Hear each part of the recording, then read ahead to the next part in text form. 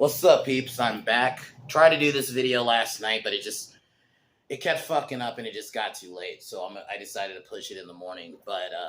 So I'm gonna review the first Evil Dead, and then later today, if not today, I'll do it maybe tomorrow.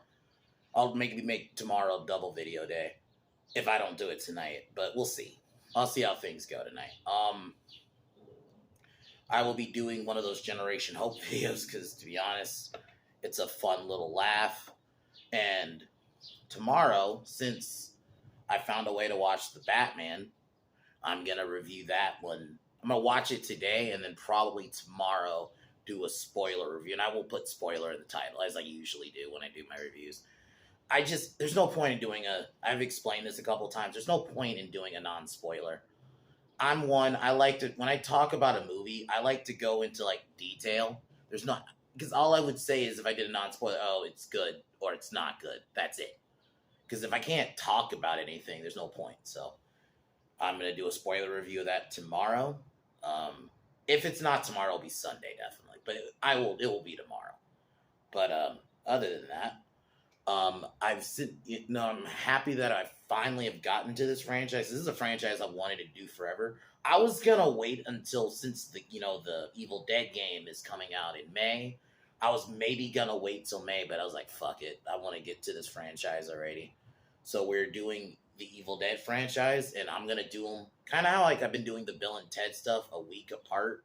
I might start doing that from now on with like franchise reviews instead of going through it so quick. Just drag it out a couple of weeks. So I'm going to be doing all the movies, so like the main trilogy, and then, the remake, which I actually really enjoyed the remake. And I'll be talking about that more when I finally get to it. But the first Evil Dead movie is a classic. I remember when I first watched that movie. It was around when I first was really getting into horror, and it tripped me out, I'm not going to lie. Well, because initially I was thinking, because at that point I had seen Ash as a character, but I didn't put two and two together. He was from Evil Dead.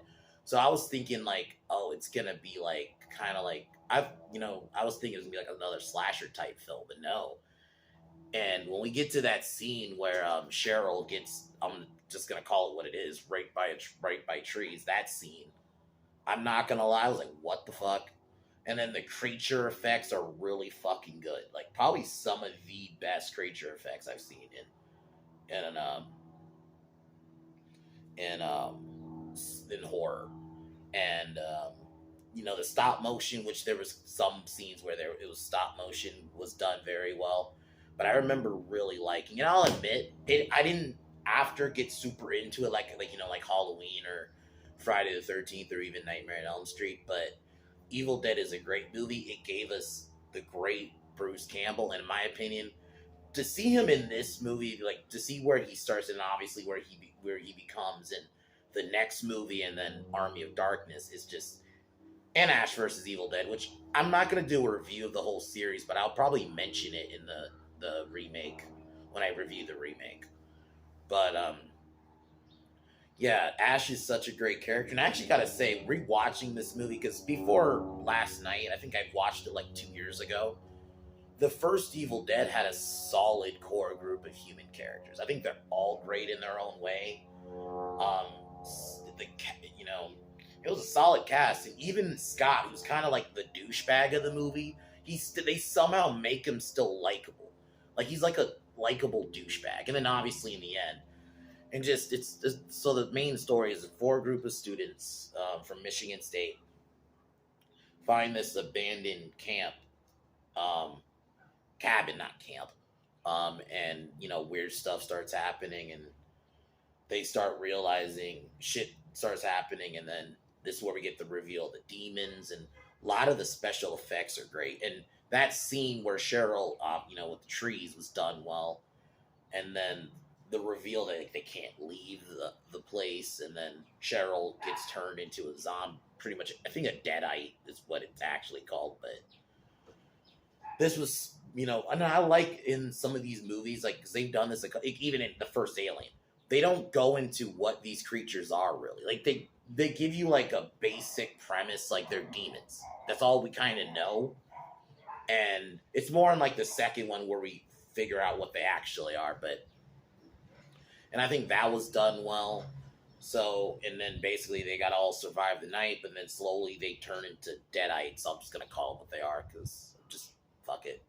And then basically Ash unfortunately has to kill them all, and it's sad too because it's like you got to kill your or that scene where Scotty had to kill his girlfriend Shelly, like literally had to chop her into pieces. It's fucking sad. I'm not gonna lie because it's like, and even in like zombie films where you gotta like see a loved one kill, a loved one, it's just it's just sad because it's like, because you understand like that's not that person anymore, but it's still their body. But it's still a great movie, great creature effects. I didn't realize how short it was. It's not even an hour and a half. It's like hour and like 25, I think. But it's paced perfectly. The first person view when you're seeing like the demon travel through the woods is done great. And then like what the creature effects are great.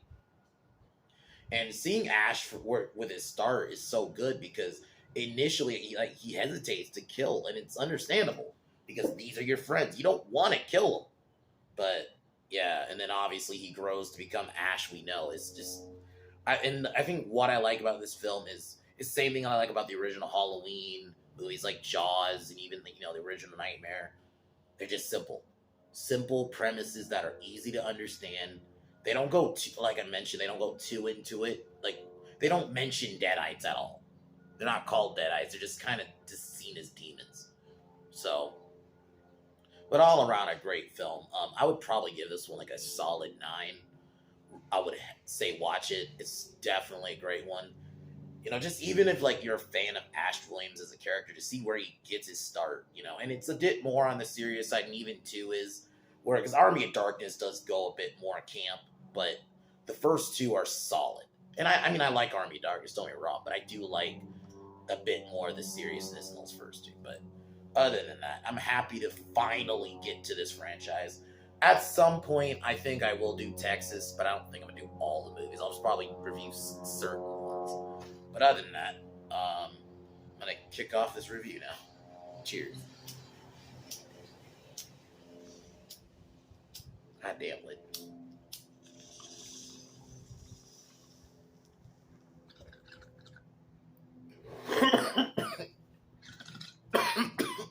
So the movie opens up. We get like that first person view where it's like the demon traveling through the woods, which I actually really like. It's done well. It's a nice little mystery because you don't really know what's going on. And this is where we meet our characters: Linda, Ash Williams, I think his real name is Ashley, and his sister Cheryl, and their friends Scott and Shelly. So this is where we find they arrive at the cabin. Scott, there's a scene of Cheryl. And the thing with this movie, it goes pretty quick. Like I mentioned, it's only an hour and 25. Like 30 minutes in is where shit really starts picking up. Actually, even less than that. So Cheryl is painting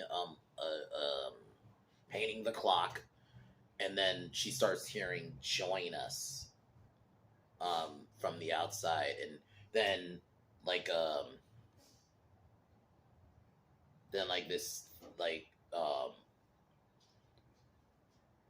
basement thing opens up, and she thinks like something's going down. Then they have dinner, and then the basement thing freaks out again. Scott checks it out but disappears, so Ash follows him. And then I'll admit, like, another thing I should have mentioned, the music is really fucking good. Like the scenes where it's really quiet, like even in this scene, like where Ash is investigating and trying to find Scott, like the music that is swelling up is actually done really well. I even 2 years, I didn't remember that. I think I said it 2 years ago. I must have not remembered because, yeah, the score is really fucking good in this movie. So he finds Scott. He finds this is where he finds the Necronomicon, a shotgun, and then this is where in like an audio tape where this is where we find turns out like a scientist found um, not a scientist, but found a book, the Book of the Dead, which is, they don't say the name Necronomicon, but it's the Necronomicon, which I like. I kind of like that they don't go too into it. It's always kind of fun to just dive in. We're gonna show you what it does. Kind of like, I compared it to Predator and Alien in this way, where the first movie they don't fully go into what it is. They kind of do in this one. Like, they mention that if you say this chant, which they do play the chant, Cheryl freaks out and doesn't, like, stops the tape, but then Scott continues it and the guy says the chant, and then you start seeing like shit happen, like one of the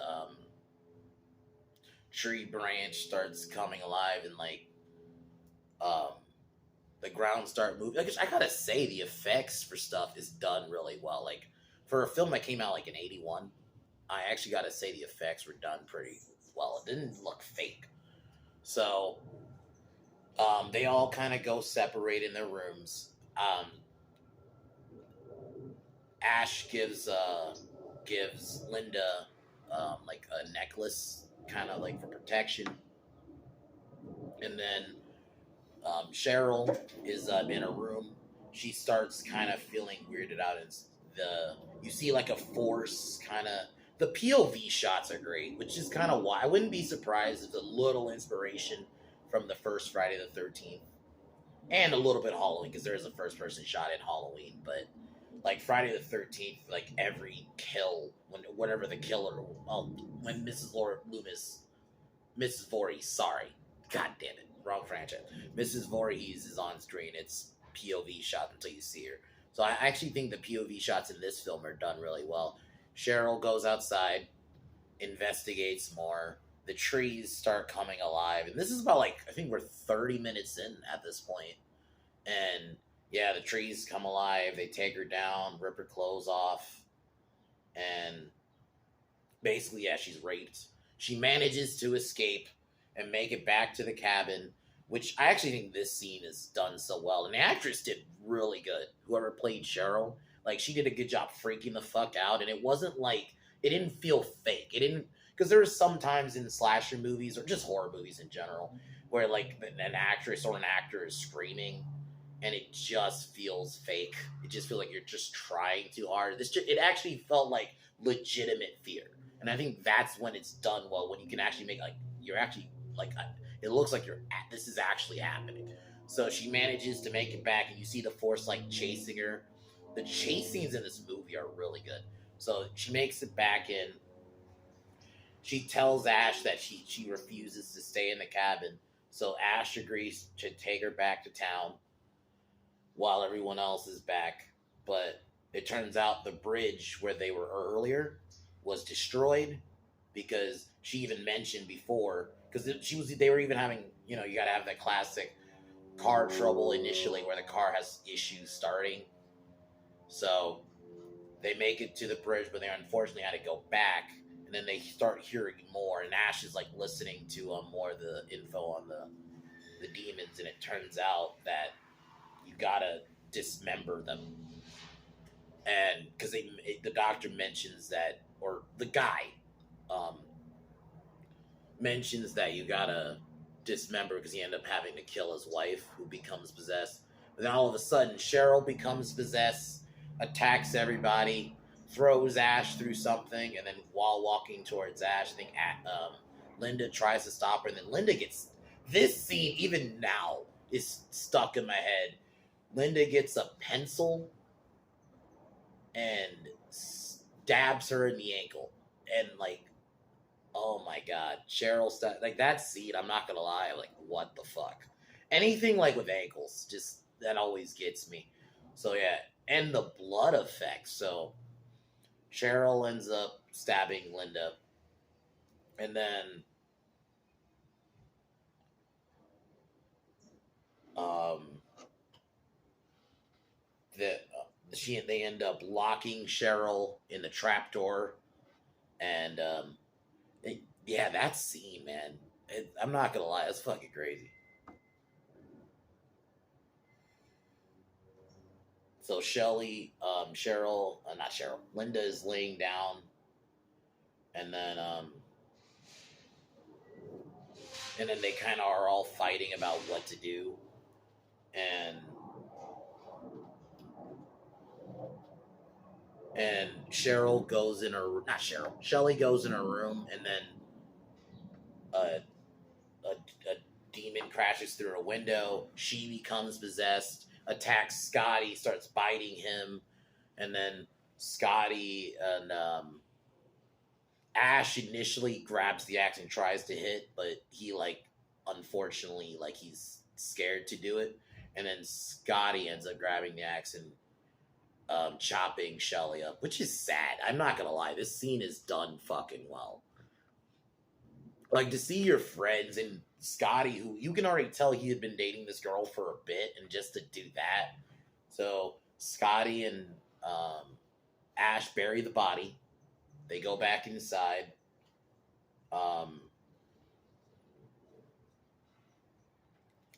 Before that, Scotty decides, I'm leaving. And he walks away. Ash goes back inside, and it turns out Linda is possessed. The scene where is done well, because he checks up on her, pulls up the blanket, and you see her wound just all of a sudden transforms, and she becomes a deadite, which done fucking great. And Scott comes back inside all bruised and beat up, well, injured, because it turns out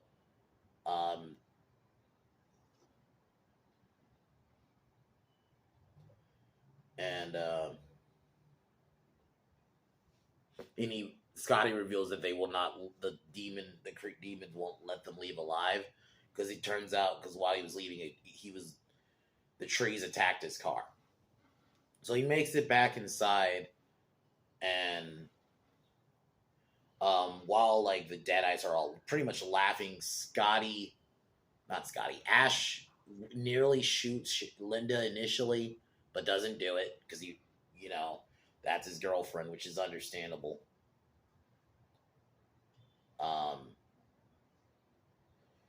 She attacks him. He stabs her with this dagger that you see earlier in the film. He tries to bury her because he can't dismember her. He even grabs the chainsaw, which is a little foreshadowing for the next film. Tries to bury her. She comes back. He ends up killing her with a shovel. Goes back inside. At this point, Scotty dies. Comes back inside. Cheryl has escaped. And there's even a scene where it's seemingly Cheryl and Linda turn back, but no, it was just a trick. And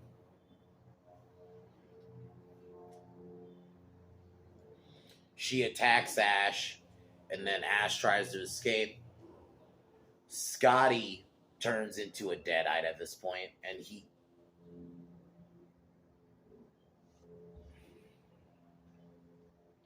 kills Scotty, and then ends up killing Cheryl.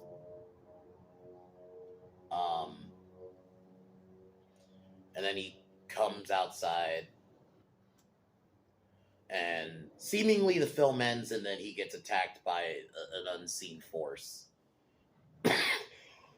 Which, it's like a setup for the sequel. I gotta say, this movie is really fucking good. The creature effects. I'm a big fan of isolated horror. That's another reason, another movie like The Thing, Alien, movies like that intrigue me, is because that aspect of being isolated and you're in a rural town by yourselves is crazy. You don't know what's getting you, because this isn't like your typical slasher movie where you can at least see the killer and you know who's killing you. I like that in this. Obviously, until they become deadites, you don't know what's getting you, because throughout the film you just see this force traveling, and it's done so well. Ash's character, I feel bad for people who had watched the other Evil Dead movies before they watched this one, because Ash is a completely different character in 2 and 3. 2 in An Army of Darkness. in this, like he hesitates to kill, and it's understandable. But obviously, the moment when push comes to shove, he does, and the creature effects is done so well. I think it was directed well. Solid core group of characters. They're likable. You like feel bad for them when they die. I actually rarely have I seen a horror movie where like I actually sad at everybody die. Like just maybe like one or two characters you're kind of sad die, and then everyone else is just like okay. But I actually felt bad for everybody. Like the scene, especially where Scotty had to kill his girlfriend, had to kill Shelly. You had the scene where Ash had to kill Linda. It's just so sad, especially like that scene where he gives her the necklace and then he has to do that later on.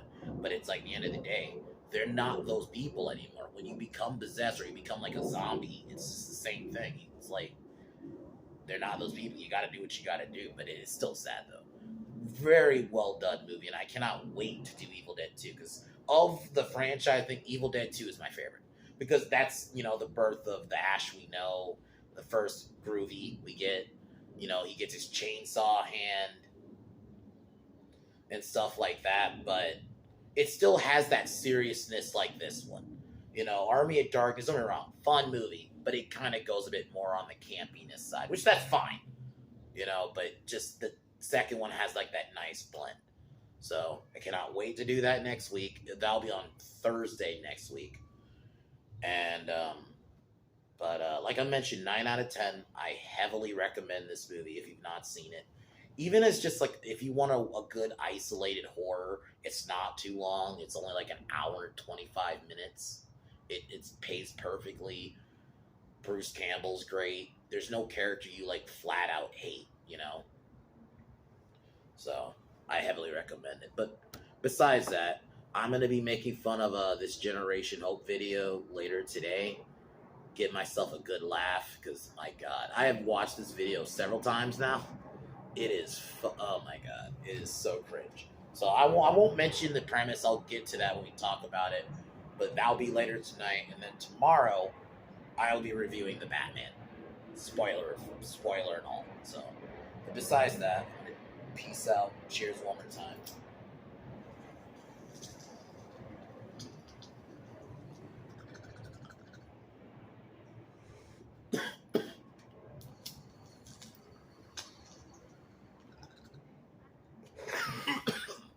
But as usual,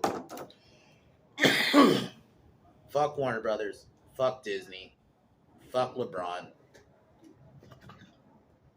fuck Seth Rogen, fuck Colin Kaepernick, fuck Joy Reid, and fuck the Biden administration. I'll talk to y'all later. Peace.